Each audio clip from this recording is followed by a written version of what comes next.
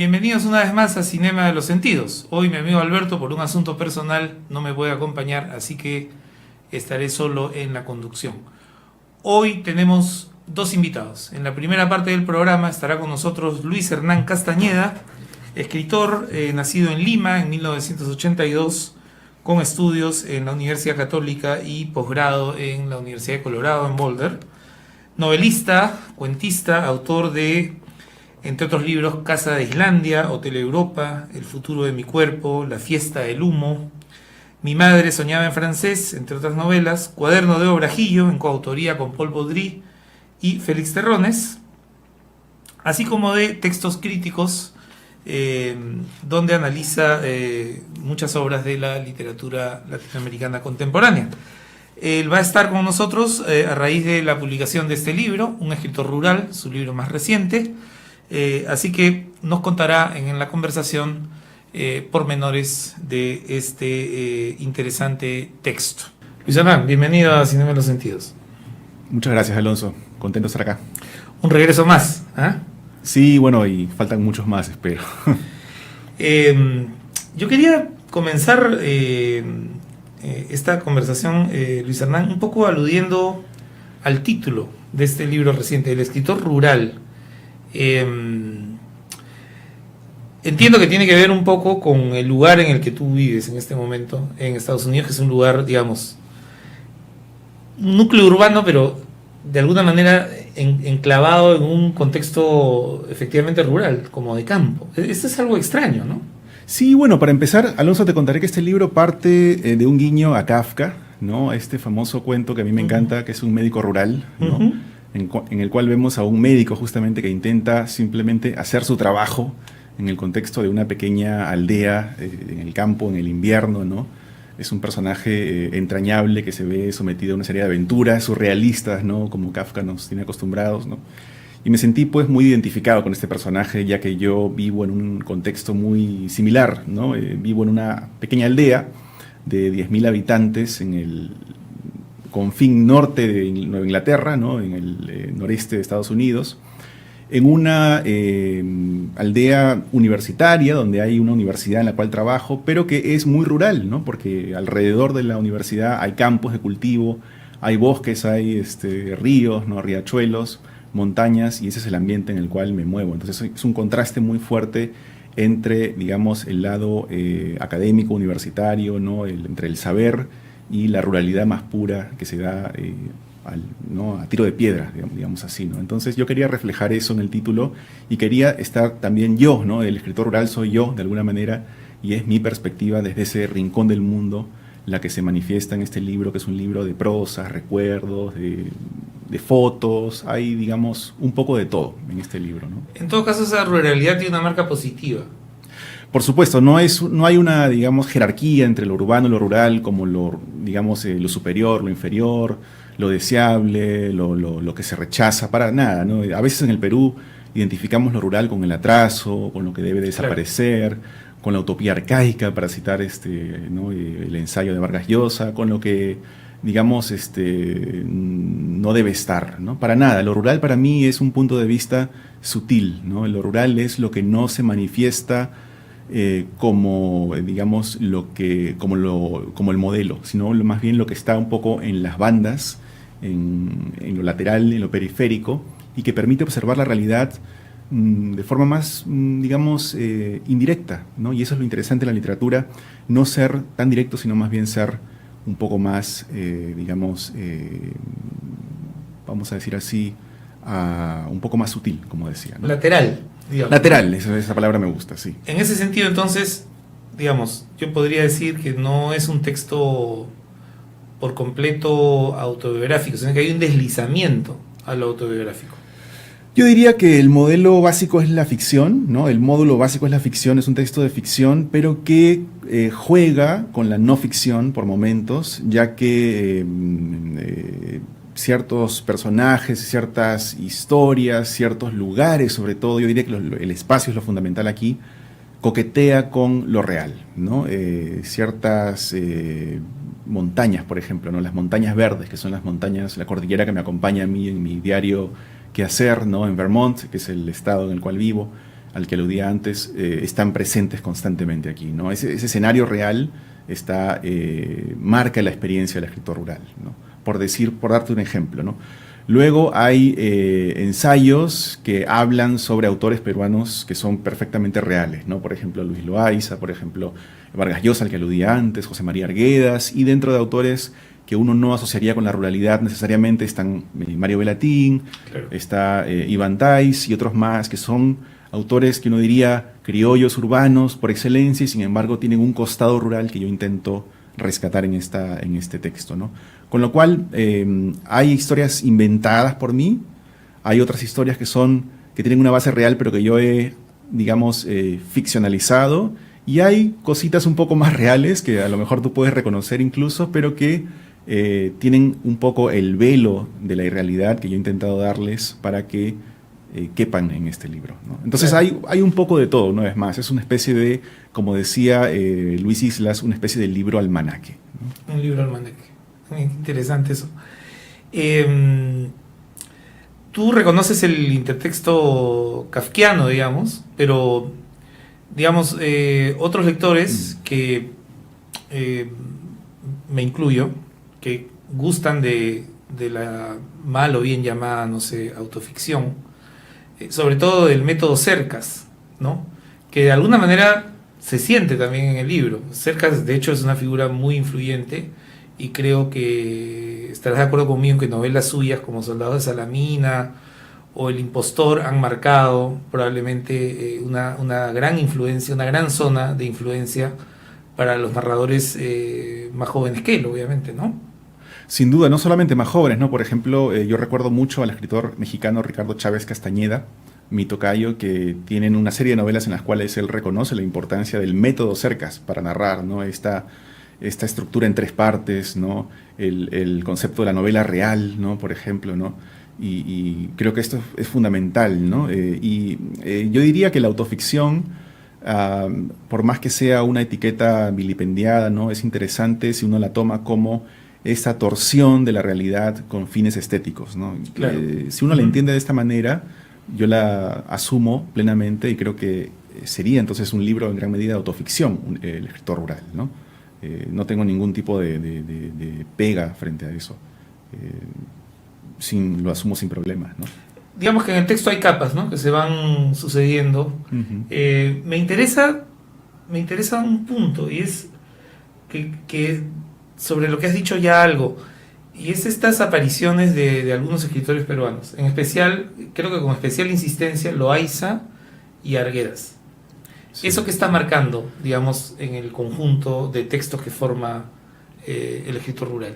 En el caso de Arguedas, bueno, yo creo que Arguedas está en el corazón del libro, ¿no? Arguedas es un poco el taita del libro, es el escritor rural por excelencia, es el escritor que yo considero, el escritor rural que habla por mí en este libro, considera que está en el centro de la tradición narrativa peruana, ¿no? Y lo que el libro intenta manifestar es que el resto de las ramificaciones de la tradición nacen de Arguedas, ¿no? Nacen de Arguedas. Y esto en el libro se manifiesta o quiere presentarse a través del uso del quechua, que es una de las lenguas que hay algunas expresiones que tú utilizas dentro del texto, ¿no? Exactamente, como Arguedas lo hacía, no solamente con expresiones, sino con la torsión sintáctica a la que somete el español en diferentes libros, ¿no? Lo que intento hacer yo es utilizar el quechua en cada una de las diferentes prosas que componen el libro, y que cada expresión quechua sea y una condensación del centro de cada una algunas muy simbólicas, ¿no? De las prosas, exactamente. Claro. Exactamente, ¿no? Y eso es un homenaje a Arguedas, y para que Arguedas esté en todo el libro, de alguna forma, ¿no? Entonces Arguedas para mí es el corazón de este libro. Loaiza es importantísimo. Para mí Loaiza representa un poco los márgenes, un poco ese punto medio entre la costa y la sierra, ¿no? El texto de Loaiza que incluí es una meditación sobre el avaro, ¿no? Estos textitos borgianos que son también textos laterales, un poco intermedios entre el cuento, la fábula, ¿no?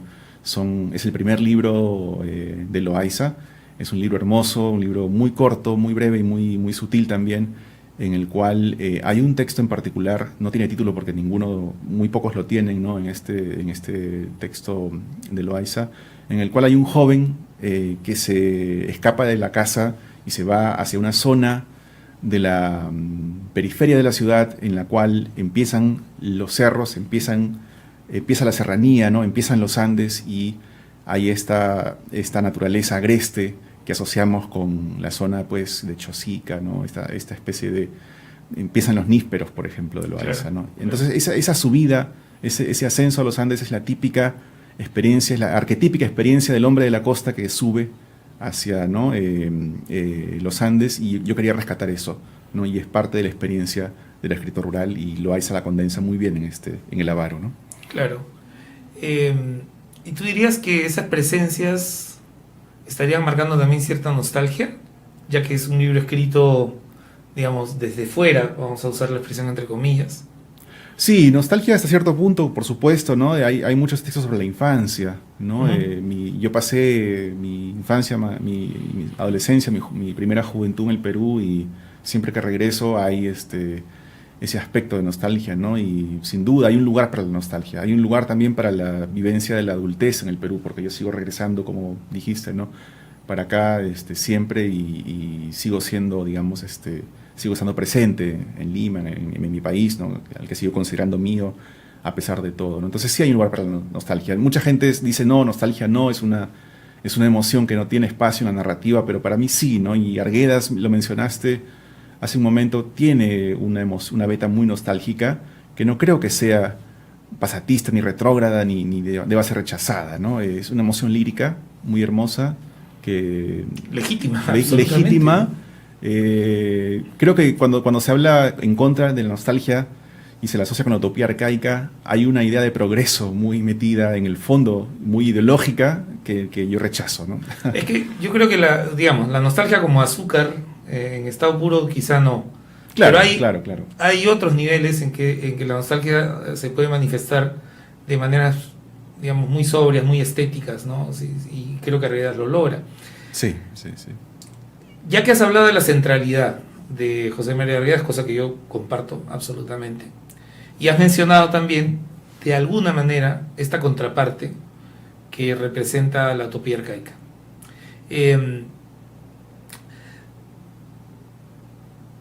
Digamos, al enfrentarte al ensayo de Mario Vargas Llosa, que, digamos, sin duda tiene partes muy valiosas, porque toda la lectura sobre los ríos profundos creo que es una lectura digna de ser tomada en cuenta, pero quizá hay otros conceptos que no tanto, ¿no?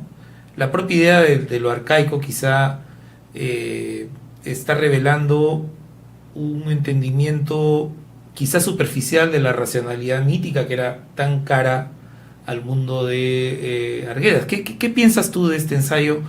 ¿Este ensayo ha sido completamente justo con la figura de Arguedas, o cómo ves la utopía arcaica? Bueno, creo que es un intento por entender los Andes desde un cierto punto de vista que sin duda no es el punto de vista del escritor rural, ¿no? Yo en este libro lo que hago es intentar rescatar a Vargas Llosa desde otro lado, ¿no? Desde el lado de la ruralidad, es decir, desde el lado que no es la novela urbana de Vargas Llosa, ni la novela técnica de Vargas Llosa que se celebra normalmente, ¿no? Es decir, acá no hablo de Conversación en la Catedral, no es el Vargas Llosa que me interesa a mí. A mí me interesa el Vargas Llosa que en El Hablador, por ejemplo, que es el texto del cual hablo acá, desliza ideas que no son ideas propiamente, sino que son formas, como la literatura hace, ¿no? La literatura muchas veces contradice las ideas explícitas de sus autores mediante formas, mediante estructuras, mediante símbolos. Desliza formas que van en contra de la tesis de la utopía arcaica, ¿no? Hay una especie de envidia o de deseo de ser el hablador en Vargas Llosa, me parece a mí. Porque el hablador tiene una conexión orgánica con su gente, con su pueblo, con su aldea, que no la con tiene. La naturaleza, con la naturaleza, ¿no? Que no la tiene el autor moderno de la ciudad, ¿no? Me parece a mí. Y por más que haya esta idea explícita, programática, de que hay que eliminar este atraso para llegar a la modernidad, en el fondo qué es lo que se pierde cuando se elimina, ¿no? Se pierde mucho. Y Vargas Llosa lo sabe, me parece. O en todo caso, en la novela se sabe eso, y ese saber es lo que intento rescatar en este libro, ¿no? Entonces el libro, como ves, no es solamente ficción, sino que también intenta decir cosas sobre la literatura peruana, ¿no? Y penetrar desde ese punto de vista rural, lateral, como te decía, o como decías tú, mejor dicho, con más perspicacia, penetrar en cosas que se dicen, a veces se susurra, ¿no? En la literatura peruana, pero que no se dice en voz alta, ¿no? Claro, y claro, en el libro también hay momentos, digamos, momentos muy narrativos, como el de cierto encuentro en una librería café, o momentos más ensayísticos, como las reflexiones sobre Loaiza, sobre Velatín. Y eso, claro, claramente habla del libro como un texto híbrido, ¿no? Pero además de ser escritor, eres también un latinoamericanista, digamos, para utilizar los términos de la Academia Americana, que es donde desempeñas parte de tu trabajo. Entonces yo tenía interés en saber, digamos, qué autores o autoras están en este momento para ti, digamos, haciendo quizás los textos de mayor interés, o están construyendo obras a las que valga la pena acercarse, digamos. Es casi un pedido como de recomendación, obviamente, ¿no? Sí. Para nuestra audiencia. Entonces, ¿qué autores o autoras estarían en ese espectro de mayor interés, bueno, para ti, por lo pronto, y luego para los demás, quizá? Sí, no voy a decir nada, quizá nada nuevo, pero a mí me interesa mucho lo que hace Marina Enríquez, por ejemplo. Uh-huh. Nuevo gótico, neogótico que ella hace, ¿no? Argentino, me parece fundamental en la manera en que ella ilumina la tradición argentina y al mismo tiempo ilumina el presente del país con su precariedad absoluta, ¿no? Me parece que es una literatura muy rica. Uh-huh. Y también me interesa muchísimo lo que hace Valeria Luiselli, más al norte, ¿no? En México y Estados Unidos. Me interesa mucho cómo ella hace una literatura hemisférica que no se queda solamente en México, sino que desarrolla un poco abriendo horizontes que Bolaño había sugerido de alguna forma al tratar en 2666 en la frontera norte de México-Estados Unidos. Luiselli cumple esa promesa, ¿no? Con esa literatura que ella hace sobre la migración, ¿no? Latinoamericana hacia los Estados Unidos. Esas dos autoras me parecen fundamentales para entender lo que está pasando ahora mismo en la literatura latinoamericana, ¿no? Y bueno, para hablar del Perú, me interesa mucho lo que hace, por ejemplo, Katia Dawi, una autora que recoge lo mejor de la tradición de los llamados raros de la literatura latinoamericana, claro, ¿no? Y que la lleva eso a un plano muy personal y muy íntimo. Y me gusta mucho lo que hace Jeremías Gamboa, un autor que tú conoces muy bien, porque fue compañero nuestro además, que también está explorando, como decía antes, Luiselli entra a Estados Unidos, Jeremías también entra a Estados Unidos para hablar de la migración y hablar de peruanos en Estados Unidos de una forma muy solvente, con un oficio y con una pericia técnica impresionante. Te podría nombrar esos cuatro, podríamos seguir hablando, pero creo que con esos cuatro por ahora creo que sí, por ahora estamos bien, ¿no? Estamos bien, sí, sin duda. Una última pregunta antes de pasar a un pedido especial, Luis Hernán. No dejé de pensar nunca cuando revisaba un escritor rural el cuaderno de Brajillo, que es más bien una obra colectiva, ¿no? Sí. Pero me parece que hay un diálogo ahí muy claro entre ambos textos. Sí, ese libro que mencionas, Alonso, es un libro muy querido para mí. Yo lo trabajé, es un Cuadernos Brajillo, un libro que sacamos hace 2 años con ya. Paul Baudry y Félix Terrones, ¿verdad? Con Paul Baudry y Félix Terrones, dos escritores y amigos muy queridos, con los cuales nos fuimos a Brajillo, el pequeño pueblo, ¿no?, en la serranía de Lima, para seguir los pasos de José María Arguedas, justamente, Julio Ramón Ribeiro, ¿no? Y escribir un libro sobre la impronta literaria de estos gigantes en este pequeño lugar, ¿no? Y fue un libro similar en el sentido de que tenía fotos y conjugaba la experiencia literaria con la experiencia personal, ¿no? Y yo aprendí mucho en este viaje, y creo que eso se nota mucho acá. Así que le debo mucho a Paul, le debo mucho a Félix y a ese libro para poder haber escrito ¿no? Así que gracias por No. ese intertexto. Así que de todas maneras, claro que hay una conexión. Sí. Entonces ahora es el momento del pedido especial. El tiempo es un poquito tirano, Sí. a veces en los medios. Entonces yo, para despedirnos, quisiera pedirte, Luis Hernán, recordando que además fuimos compañeros de estudios, ¿no? en Boulder y de cancha también, ¿no? Macondo Fútbol Club. Por ¿no? supuesto, grandes Inmortal, victorias. ¿no? Campeones. Entonces, quisiera pedir campeones morales, ¿no? Además, como buen peruano, ¿no? Claro. Campeón moral. Yo quisiera pedirte si pudieras leer para nosotros algún pasaje de un Egipto rural. ¿Qué te parece la idea? Encantado, por supuesto. Si te parece, sí, claro que sí. A ver, ¿Me dices la página para seguirte? página 110. 110. El texto se llama Los Nísperos de Luis Loaiza, Ajá. justamente. La edad perfecta para leer El avaro de Luis Loaiza son los 20 años. Yo tuve la suerte de que ese libro llegara a mí en el momento exacto. Estudiaba literatura en la universidad y no había vivido más que su autor cuando lo escribió. Tampoco más ni menos que el personaje del cuento que más me gusta, un textito sin título de apenas 2 páginas. El muchacho pasa sus días en el bosque, jugando en las aguas del río y en las de su mente.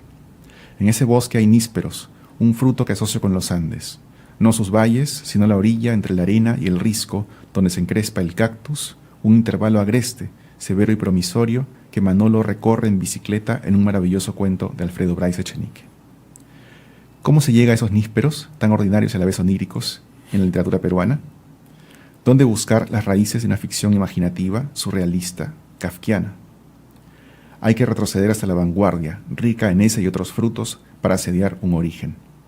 El auge del indigenismo en los años 30 y 40 acalló los ensayos no realistas, pero a mediados del siglo XX la migración del campo a la ciudad hizo posible una nueva narrativa urbana. Según el crítico Elton Honores, en la década del 50, la tradición realista coexistió e inclusive se entreveró con una segunda beta, una literatura fantástica de cuyo esplendor no sabemos demasiado hoy. Como en escalas melografiadas de Vallejo, esta vertiente refleja una colisión entre la capital y las provincias.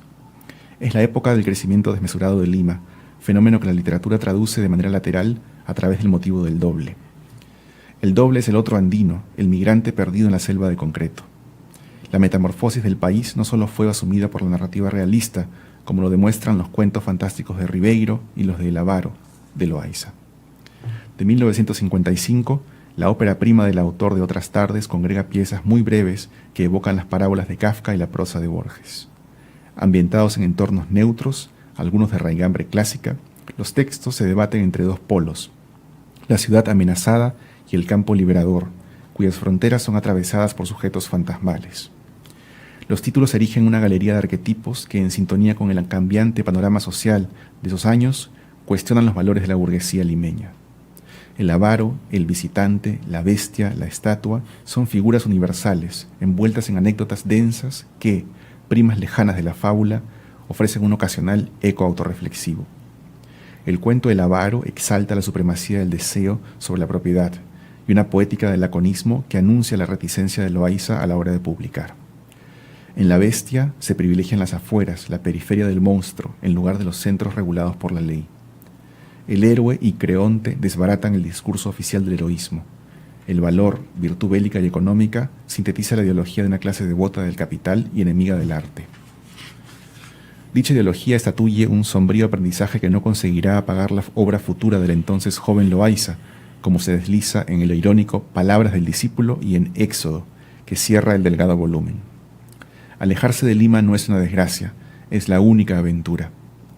Es por la vía de la aventura y por la del placer, por las que se arriba al que sigue siendo para mí el cuento más hermoso, aquel que siempre rememoro porque su protagonista, un estudiante de 20 años que podría haber sido yo mismo, rechaza todo lo que ha conocido hasta el momento, familia, estudios, orden, y se ofrenda a la naturaleza, la soledad, los sueños. A los cerros, los árboles y los riachuelos va el artista en ciernes para darse cita con su propio cuerpo. Allá se encuentra con una mujer que mueve los brazos, incitadora como la literatura, con amigos invisibles que, al igual que los libros, lo acompañan mientras anda y canta, arrancando ramitas. En casa aguardan un padre ceñudo, su madre que lo acaricia furtivamente y hermanos cuya charla estúpida lo hace reír sin miedo, porque él es el más fuerte. ¿Qué se oculta en la ciudad? Derrota y muerte, eso ya no importa.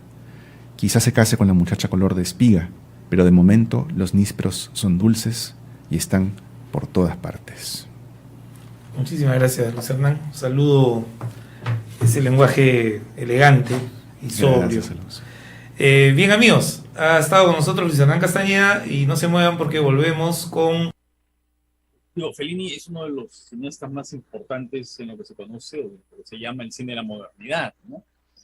No olvidemos que Fellini empieza su carrera como asistente y guionista de Roberto Rossellini, ¿no? En Roma Ciudad Abierta y en las películas neorrealistas, ¿no? Que marcan una época en la historia del cine, ¿no? Marcan una ruptura, ¿no? ¿Por qué? Porque son películas que se alejan un poco de los patrones del cine tradicional concebido en estudios, concebido con grandes estrellas, qué sé yo, y el neorrealismo lo que hace es hacer un cine con, digamos, un cine con lo que se puede, ¿no? Un cine a la medida de lo posible, Claro. un arte pobre, digamos, ¿no? Y Fellini está ahí, ¿no? Y Fellini está ahí, forma parte de ese movimiento. Él había sido un caricaturista, un dibujante, y tenía esa habilidad, digamos, y ese talento para la caricatura, para el dibujo y para, digamos, plasmar de alguna manera una visión muy particular de la vida a partir de trazos grotescos y de trazos muy marcados, ¿no? Pero claro, como pasa a menudo con muchos artistas en general, ¿no? No solamente en el cine, sino también en la literatura, en fin, en otras artes, que empiezan formando parte de un movimiento, ¿no? Que tiene bases comunes. Fellini poco a poco va haciendo una obra personal, se va alejando de ese presupuesto inicial del neorrealismo y para desarrollar su propio mundo, ¿no? Su propio mundo. Entonces, digamos que hay un Fellini que va digamos, desde posguerra, digamos, los primeros años de la posguerra hasta inicio de los años 60, fines de los años 50, ¿no? En la que Fellini va trabajando algunos personajes con trazos realistas, pero que poco a poco van centrándose más en el diseño del personaje mismo, sobre todo de personajes como Gelsomina en La Estrada o de Caviria, Las Noches de Caviria, que en el entorno social, que también está presente, por cierto, pero que ya no tiene la importancia que tenía en el neorrealismo. Y poco a poco, a partir de la Dolce Vita, hay un giro en su obra, ¿no? Hay un giro mucho más subjetivo, mucho más interiorizado, hacia un mundo personal de memorias, de nostalgia, de melancolía, de recuerdos y de preocupaciones y de sensibilidad por determinados hechos del tiempo, momentos, cosas que están ocurriendo en ese momento, pero que él transfigura, ¿no es cierto? Va cambiando y va apoderándose de ellos para ponerlo dentro de su propio mundo y su propia escala. Y entonces la influencia de Fellini en la actualidad que tú me preguntas es esa, ¿no? O sea, la influencia de Fellini es el haber sido un autor personal, o sea, el haber tenido un mundo propio, ¿no es cierto? Y eso es muy importante, digamos, dentro del cine, que tú sabes que a veces es un sistema muy mediado, ¿no? Por diferentes instancias, ¿no? La del dinero, la de los productores, la de las exigencias de tal tipo, las exigencias mediáticas y todo eso. Y eso se ve muy bien en una película como 8 y medio, por ejemplo, ¿no? En 8 y medio, que es la película de este cineasta atribulado por el éxito que ha tenido con su película anterior, en el caso de Fellini era la Dolce Vita, ¿no? Y que no sabe qué hacer. Y la película justamente tiene esa estructura en abismo, ¿no? Es una película que está hablando de la película que se va haciendo, ¿no? Y entonces yo creo que el legado de Fellini es esa afirmación de una mirada personal sobre el cine y de la posibilidad de hacer del cine un discurso propio, un discurso que es una mirada sobre la vida y un estilo personal, ¿no? Eso es. Y lo vas a encontrar, por ejemplo, mira, en una película que está en cartelera ahora. Hay una película que está en cartelera ahora que es Annette, De León Carax. Carax, ¿no? En la que de pronto tú encuentras una secuencia que te remite a Fellini, ¿no? Que te remite a Fellini, que es una secuencia así, un momento de gran exaltación lírica y romántica y de crimen brutal, ¿no? Pero que ocurre en un espacio, un ambiente tan artificial como algunos, es el mar como artificio, ¿no? Claro. Las olas del mar como artificio, que lo vemos Ah, en Casanova, que lo vemos en la nave Baja y en nada, otras, ¿no? claro. Igual, ¿No? de hecho, eso está muy presente, esa búsqueda de romper el artificio, como la propia escena de la nave va, donde se ven las olas, como pues, incluso en el final de la película de Leos Carax, cuando se rompe el artificio de la marioneta, por Claro. ejemplo, ¿no? Y es algo que se ve mucho en la evolución de Fellini, ¿no? El Fellini más neorrealista, a ese Fellini que explora Roma, que explora el artificio del cine, que explora eh, se me fue la palabra, la exageración de los personajes y del circo Sí. y la fanfarria, ¿no? Hay una Sí, sí. evolución muy marcada en el trabajo de Fellini dentro de los temas que más le interesan, el espectáculo, el circo y Roma. Sí, sí, a ver, está la ruptura y la continuidad, ¿no es cierto? A la vez. Eh, sí, eh, él está permanentemente preocupado por algunas imágenes, ¿no? Imágenes que lo atrajeron, que lo llevaron a este mundo del espectáculo y de la artificialidad, ¿no? Creo que el comienzo de Los Clowns lo dice todo, ¿no? Que es esta escena en la que un niño se despierta con unos ruidos en la noche, ¿no? Y se acerca a la ventana del cuarto y de pronto ve que esos ruidos son los que están son los de la instalación de una carpa de circo, están edificando, están levantando una carpa de circo, ¿no? Y eso queda como una especie de imagen indeleble, ¿no? Grabada. Que además, mira, ahora que estamos hablando de Leos Carax, recuerda también el inicio de Holly Motors, ¿no? Cuando vemos a Carax despertándose, saliendo de la cama, ¿no? Y entrando al mundo artificial de una sala oscura y de una proyección de una película, ¿no? Y claro, y lo que hace Fellini es justamente este deslumbramiento por el circo como mundo, como microcosmos, como representación en pequeño del mundo, ¿no? Y la idea del circo pues está presente, sea en una película como La Clown, donde hay toda una explicación de lo que son los ritos circenses y de los personajes circenses y de los payasos, la diferencia entre el clown blanco y el Augusto, en fin. Pero también en otras películas, ¿no? Porque cuando uno piensa en Ocho y Medio, por ejemplo, también de alguna manera tiene esa dimensión carnavalesca y circense, ¿no? O la propia La Dolce Vita, ¿no? En la que Roma en ese momento es un gran set espectacular, ¿no? Porque Roma en ese momento, a comienzos de los años 60, fines de los 50, de los 60, era un lugar donde iban toda la farándula y todo el mundo del espectáculo de los Estados Unidos, las grandes estrellas, ¿no es cierto? Y Italia se convirtió en una especie de gran set para Hollywood, ¿no? Entonces, se hacían películas espectaculares con romanos y evocaciones Claro, de la antigüedad. el Entonces peplum. todo eso, toda esa, claro, todo el peplum, claro. Y todo eso era justamente ese momento y a eso alude Fellini en varios momentos de la película, ¿no? O, por ejemplo, en Violeta los Espíritus, ¿no? Donde está todas esas representaciones casi circenses de Julieta en medio de todos estos personajes que la van rodeando, ¿no? De todos estos personajes que están en el límite de la fantasía, de la alucinación, ¿no? Y que aparece en muchísimas otras películas, ¿no? Creo que el mundo del espectáculo, el mundo del circo, la nostalgia es muy importante, la memoria, la memoria es muy importante en Fellini, ¿no? La idea de la memoria, de recuperar determinadas sensaciones muy primarias, ¿no? Sensaciones primarias como la de esa noche en la que se despierta, o la sensación de los chicos perdidos entre la niebla en Amarcord, ¿no? O las primeras experiencias sexuales, ¿no?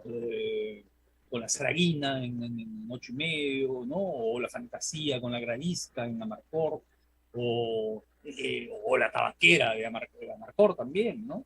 Entonces, hay eso en Fellini, ¿no? Esa dimensión de dos cosas. Hay como una visión, si tú quieres, adolescente de un mundo deslumbrante, que es el mundo del espectáculo, pero también es el mundo de la gran ciudad convertida en un gran escenario, ¿no? Y por otro lado, esa visión crítica, Porque eso es bien interesante. Como en Sí. Ginger y Fred, por ejemplo. ¿Cuál, cuál? En Como Ginger y Ginger y Fred. Fred, claro. Claro, bueno, no, y una visión crítica a muchas cosas, ¿no? Porque Ginger y Fred, por ejemplo, es una visión crítica, pero ¿de qué? De la degradación del espectáculo, ¿no? Porque si para él el circo es el espectáculo noble, es la gran tradición popular del espectáculo, ¿no? Exactamente igual que los cómicos ambulantes o los cómicos de la legua, como en Luces de Varietà, ¿no? Que es la primera película que hizo con la Toada. O, por ejemplo, los espectáculos de los teatros populares que vemos en Amarcord, que vemos en las noches de Caviria, ¿no? Y para él ese es un poco ese mundo del espectáculo vivo, del espectáculo noble, del espectáculo popular, ¿no es cierto? Pero en el caso de Ginger y Fred, es un poco la degradación del espectáculo, ¿no? Porque son estos reality shows entre los personajes, entre los concursantes tienen que aparentar ser otra cosa, ¿no? Y cantar como tal, o bailar como tal, imitar, ¿no? Que es la crítica que él tiene al mundo de la neotelevisión, ¿no es cierto? De la neotelevisión que implantó y que impulsó Silvio Berlusconi por esos años en Italia, luego de la privatización de la televisión en Europa, ¿no? Entonces, y claro, y están estos personajes que en su decadencia, ¿no? Participan de este mundo degradado, ¿no es cierto? Y de pronto, en medio de este mundo degradado, ellos encuentran un momento de eternidad, un momento epifánico, sublime, ¿no es cierto? Cuando se apaga la luz y ellos conversan, ¿no? Y luego se levantan y hacen el baile. Entonces, y además Fellini siempre tuvo esa visión crítica sobre algunos momentos de la historia de Italia que le chocaban particularmente, ¿no? Y creo que una de ellas fue justamente la incursión de Berlusconi en el mundo de la televisión. Pero también, por ejemplo, su mirada sobre determinadas maneras de ser del italiano, ¿no? Y sobre todo el macho italiano, ¿no? Del macho italiano que creo que queda totalmente encarnado por ese precedente que es Casanova, ¿no? Ese Casanova convertido en una figura casi mecánica, ¿no? Una figura de un personaje oscuro, ¿no? Y que al cabo de su vida solo le queda la satisfacción de lo mecánico, ¿no? Bailar con una muñeca mecánica, ¿no? Y de hecho, Entonces, sí. ¿Ah? ¿Cómo? pocos autores han trascendido tanto en la marca de autor para tener un adjetivo con su propio nombre. Sí, claro. Además, él firmaba sus películas con su nombre, ¿no? Porque hay varias películas, Claro, por ejemplo, Fellini Roma, o el Fellini Casanova de Telecom, Fellini. o Casanova de Fellini, ¿no? Y bueno, ves que lo que pasa es que, fíjate, eso también era una estrategia de mercadotecnia en años en la que el autor, ¿no es cierto?, se convirtió en una firma, ¿no? Como la firma de los artistas, de los escritores, ¿no? El valor de la firma, ¿no? Eran años en la que el cine de autor, ¿no? Tenía un éxito internacional, ¿no? Y que se vendía justamente por eso, se vendía por el nombre del director. Ahora, por supuesto, eso cambió muchísimo, ¿no? Eso cambió muchísimo, ¿no? Ahora, profesor, cambiando de tercia, creo, hablemos un poco de la otra publicación que ha hecho la Universidad de Lima respecto al cine, que es la revista de La Ventana Indiscreta, dedicada al fenómeno del cine surcoreano, un cine que en los últimos, bueno, una cultura en general que en los últimos años ha conseguido un papel muy, muy mainstream, muy protagónico en la cultura global del entretenimiento. Si hablamos del cine, el cine surcoreano de los últimos 20 años, desde la incursión de Kim Ki-duk a inicios de la década, ya empieza a tener un rol protagónico en festivales, sumado a autores como Park Chan-wook o como Bong Joon-ho. Al mismo tiempo hay un cine mucho más mainstream, véase Virus, véase Estación Zombie, ¿no? que tienen una gran aceptación dentro del público, ¿no? ¿Cómo se puede entender el fenómeno surcoreano y cómo además, que creo que es muy importante recalcar, las leyes de apoyo al cine juegan un factor importante? Es eso, ¿no? En el caso del cine, ¿no? Porque no tengo capacidad para poder hablar de otras áreas de la cultura coreana, ¿no? Que son muy populares también, como la televisión, las telenovelas, las series, La y todo música. lo que es la música, ¿no? Todo lo que es la música juvenil. No, eso no lo conozco, pero en el caso del cine, sí hubo una política muy clara de apoyo y de promoción, ¿no? De apoyo y de estímulo, ¿no? Eso fue muy importante para el cine coreano, ¿no? Eh, y creo que eso desarrolló muchísimo la variedad, la pluralidad del cine coreano, ¿no? Porque, claro, como tú dices, hay una tendencia, tú tienes mainstream, pero es una tendencia mainstream que es muy creativa, ¿no? Porque a veces uno asocia lo mainstream con lo más manoseado, con la fórmula o con la repetición, ¿no? Pero no, en el caso del cine coreano, ¿no? Puede haber películas que puedes encontrar, una película como Tren a Busan, por ejemplo, ¿no? Como Estación Zombie. O puedes encontrar como El Huésped, ¿no? La película de De Bong Joon-ho. Bong Joon-ho, claro, ¿no? Que es una película que tiene todos los ingredientes, digamos, tiene todos los ingredientes de una película muy populares, ¿no? O sea, películas el monstruo que sale del río, ¿no? Que secuestra a la niña, o el tren, ¿no es cierto? Infestado de zombies, ¿no? O algunas otras, ¿no? Pero que son películas que tienen una creatividad particular, ¿no? O sea, porque tienen una gran capacidad para la narración y para el relato, para un relato muy intenso, ¿no? O porque tienen una visión muy clara, ¿no? Porque, por ejemplo, tú ves El Huésped y ves Parásito y vas a encontrar parásitos y vas a encontrar semejanzas, vas a encontrar muchos puntos en común, ¿no? Y claro, y por supuesto también hay cine de autores, Chandon, por ejemplo, formidable, o Hong Sang-soo, Oh, ¿no? claro. Creo que es el director ahora más de festivales, ¿no? Sí. Además, porque es muy prolífico, ¿no? Hace a veces hasta tres Dos, películas tres, al año. cinco al año. Sí, ¿no? Y que es un autor, está justamente hablando de la idea del autor, ¿no? Es un autor absolutamente reconocible, ¿no? Sus películas son películas que son variaciones sobre asuntos comunes, ¿no? Y Sobre relaciones pasajeras, encuentros, desencuentros, siempre en bares, conversaciones muy largas, alteraciones temporales, ¿no?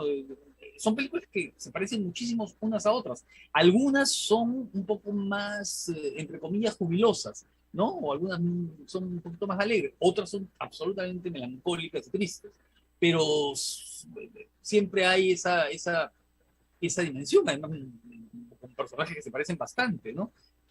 claro, la imagen El del director o del artista en un momento de su carrera. artista, claro, ¿no? Encontrando eh, algo insólito, ¿no? Descubriendo algo insólito en un balneario, en un lugar en el que fue sin mayores expectativas de nada y de pronto encuentra algo que lo va a influir, lo va a sacar de su rutina, ¿no? Eso es bien interesante en Hong Sang-soo, y además muy influyente, ¿no? Muy influyente, porque cuando Claro. uno ve, por ejemplo, la obra de Ryusuke Hamaguchi, el cineasta japonés, pues cierto, va a encontrar muy claramente eso, ¿no? Eh, y no solamente Hamaguchi, ¿eh? Influencia de Hong Sang-soo es bien amplia. Que a su vez, además, por supuesto, tiene una influencia, y creo que la confiesa, además, de toda una franja del cine francés, ¿no? Y no es casual que Isabelle Huppert aparezca en una de sus películas, De en dos hecho, de sus dos, películas, ¿no? En sí, dos de sus correcto. películas, La cámara de ¿no? Claire y en otro país. Claro, sí, claro. Y de hecho, justo iba a mencionar esto, ¿no? Además que, si bien ha existido además una generación de cineastas coreanos muy marcada, ¿no? O si quieres, casi dos generaciones, una seguida o muy pegadas, de finales de los Claro, 90 hasta la actualidad, claro. que se han visto además apoyados por una industria que los avala. Sí, sí, claro, que los Porque, avala, que los promueve, pero además por un público, porque el público es lo más importante, ¿eh? Mira, porque puede haber muchos estímulos, pero si el público no responde, no pasa nada, ¿no? Entonces las películas se van a mover más o menos en circuitos marginales. Pero en el caso de Corea, no, el público asiste masivamente a ver películas coreanas, ¿no? Y es uno de los pocos países en el mundo en el que las películas nacionales. del país, ¿no es Claro. cierto?, tienen más éxito que los blockbusters americanos, ¿no? Sí, eso es bien importante, ¿ah? Es importantísimo ese apego o esa fidelidad del público hacia el cine de ese país, ¿no? Y dentro de los autores y dentro de las temáticas, a grosso modo, se pueden ver algunos, por ejemplo, una exaltación de la Sí, violencia en claro. muchos autores, una No sé si búsqueda una de cierto... exaltación.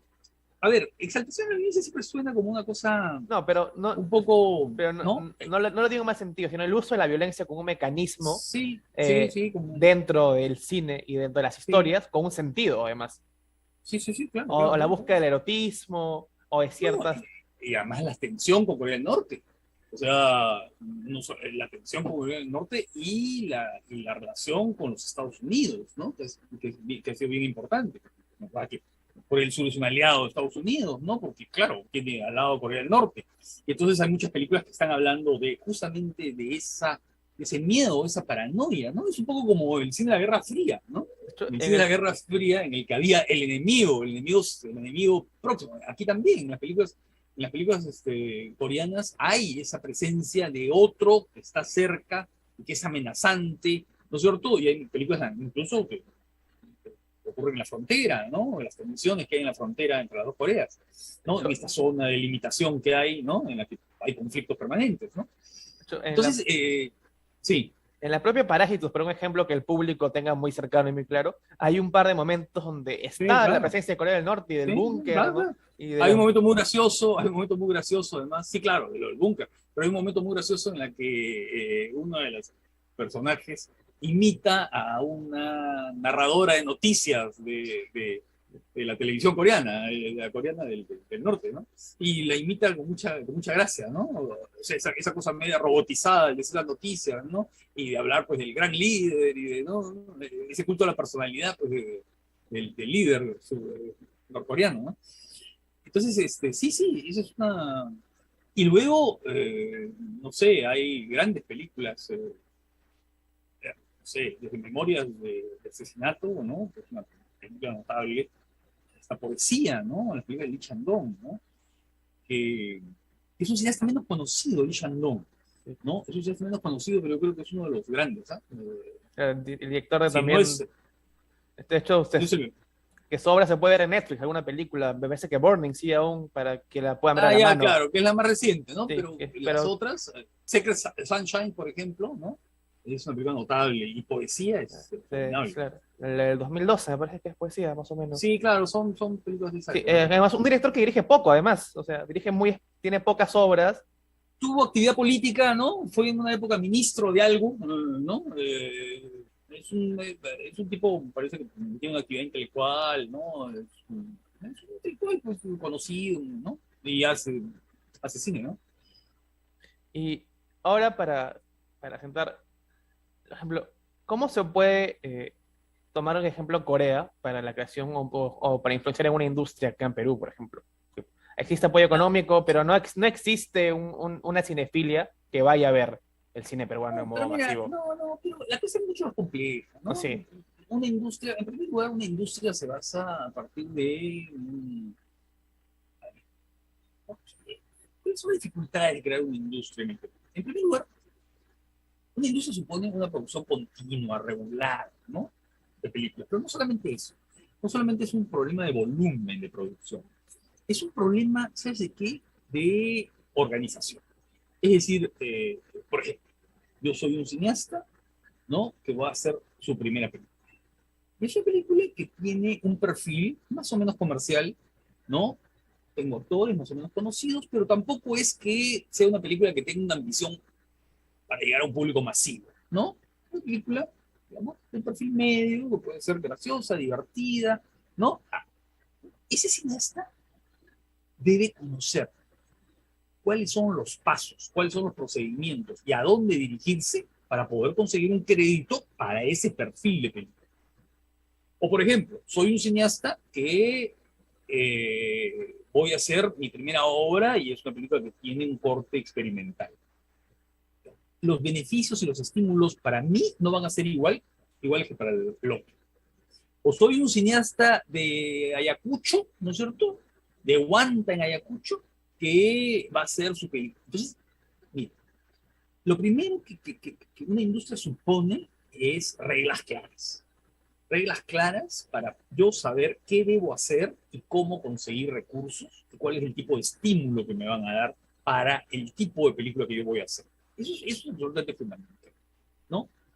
Porque eso me va a permitir a mí planear, ¿no es cierto? Prever, me va a permitir establecer, tener ideas claras respecto a dónde puedo ir, cuál va a ser mi posible rentabilidad, porque eso siempre es un azar, ¿no es cierto? Tampoco, no es que yo hago la película y voy a tener éxito porque yo la hice de esta manera, no, eso siempre es azaroso, pero más o menos puedo tener vías claras hacia dónde acudir y cómo comportarme. Para eso se pero para eso se necesita una política cultural, pues. Necesita una política cultural, ¿no? Que tenga perfectamente planeadas las cosas, ¿no? Y que maneje un fondo de dinero y que lo haga de un modo profesional, que lo haga de un modo gerencial, ¿no? En el Perú no existe eso, ¿no? En el Perú Claro. se optó en la vía, por razones de un poco de esta especie de teología liberal, se optó por simplemente dar premios, ¿no? Porque el Estado no podía meterse en otra cosa. Si el Estado el Estado lo único que puede hacer es fomentar la educación y la cultura, ¿no? Entonces, claro, no puede tener otro tipo de actividad, no puede, por ejemplo, no sé, pues reservar el impuesto para un fondo, para crear un fondo o darle impuesto a los productores, no puede hacer eso. De hecho, De acuerdo a esas dogmas liberales, ¿no? Entonces, ¿te das cuenta? Entonces, claro, lo que hay es un sistema de concursos, pero con un sistema de concursos, pues, no se puede hacer esto, ¿no? O sea, tú puedes fomentar algunas películas aquí, esta y el otra, y diferentes tipos de películas, pero no puedes crear una cosa continua y permanente, ¿no? Ese es el asunto. Ahora, otra cosa es la formación del público. Eso sí es fundamental, ¿no? La formación del público también es fundamental, pero eso es una cosa a largo plazo. ahí, A largo plazo y que tiene que empezar desde la escuela. Mira, vivimos en un mundo de pantallas, ¿no? Y en la escuela no hay ningún tipo de aprestamiento, no sé cómo llamarlo, digital, al mundo de acercamiento consciente al mundo digital, ¿no? Y por supuesto al mundo audiovisual, ¿no? Entonces, es una cosa media contradictoria, porque seguimos, ¿no es cierto?, con los mismos patrones de hace 50 años, cuando el mundo ha cambiado totalmente, ¿no? Entonces, aquí hay un problema, ¿no? Se trata de sensibilizar al público de un modo crítico, ¿no? Respecto a las imágenes que ven, y eso es un proceso que tiene que empezar desde pequeño, ¿no? Desde el colegio, ¿no? Y con el tiempo, ¿no? y Hay algunos, ahora te digo, hay algunos por supuesto, algunas personas que consideran que la incorporación de lo que es lo audiovisual en las escuelas no debe ser obligatoria, no debe formar parte digamos, del programa oficial, ¿no?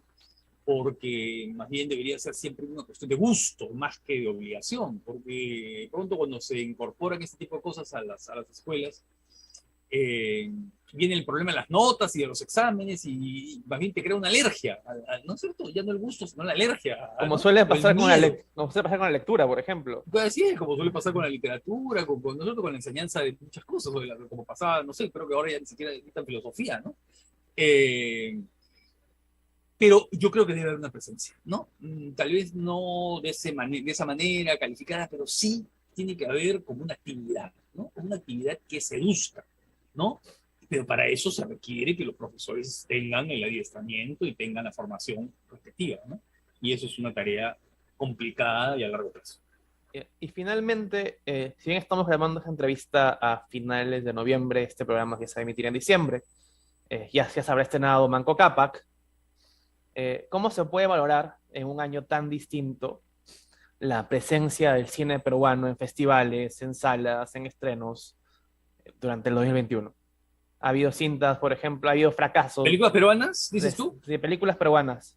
Ah, bueno, pero hace un año atípico, ¿no? Sí, Hace un por año eso muy mismo. extraño, ¿no? Hace un año muy extraño. Entonces, yo creo que hacer la valoración del año es un poco complicada, ¿no? Porque en primer lugar, los cines han funcionado 6 meses, ¿no? Sí, claro, la segunda mitad del año. Han estado cerrados hasta julio.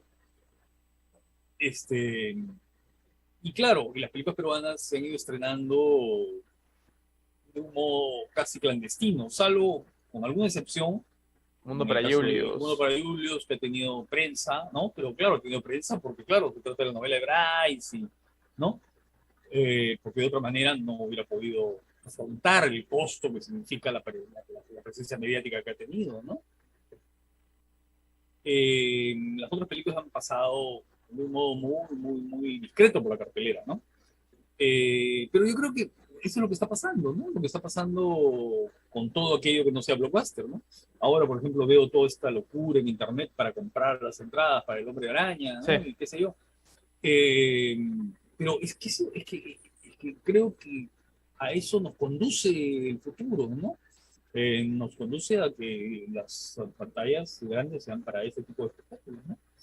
Para ese tipo de espectáculos, ¿no? Sí, Y lo otro va a Más- tener que encontrar su propio público a través de diferentes formas alternativas. El problema es que en el Perú no existen salas alternativas. Ese es el gran problema, ¿no? Porque en otros países, por acá en Chile o en Colombia, existen salas alternativas que te permiten ver otro tipo de películas, incluidas las películas del país. Pero aquí no tenemos, ¿no? Aquí no tenemos salas alternativas, ¿no? De hecho, muchas veces cine termina acotado a festivales Claro, nada y más. poco más. Solamente en esa semana que dura un festival, el Festival de Lima o el Lima La semana del Eterna o el este o la semana del del cine. al este. Claro, pero son momentos del año, ¿no? Pero además que si te pierdes la película por alguna razón ya no la ves más. ¿No?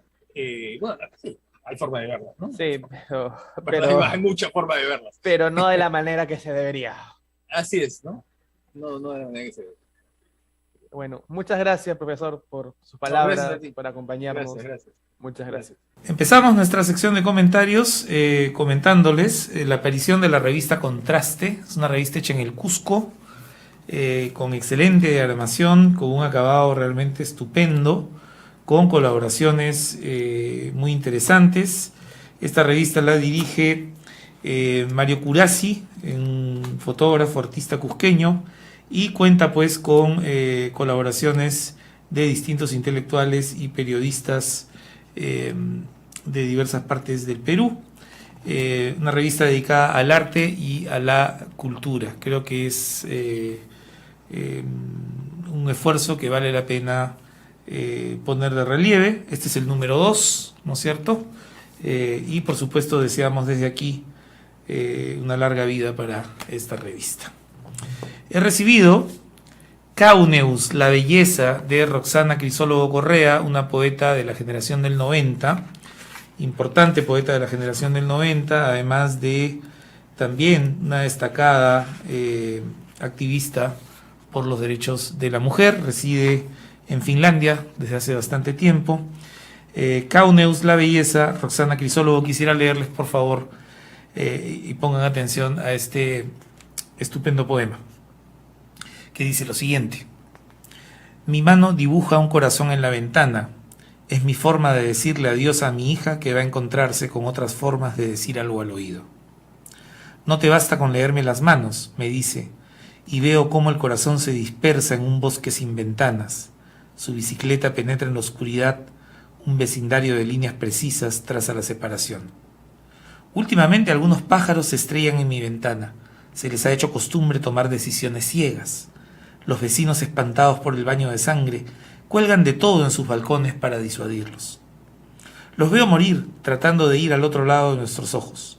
Los veo posarse sobre un montón de ropa vieja que incluso los gitanos no han descubierto. Y las hojas de los árboles cubren con la hipocresía de la naturaleza.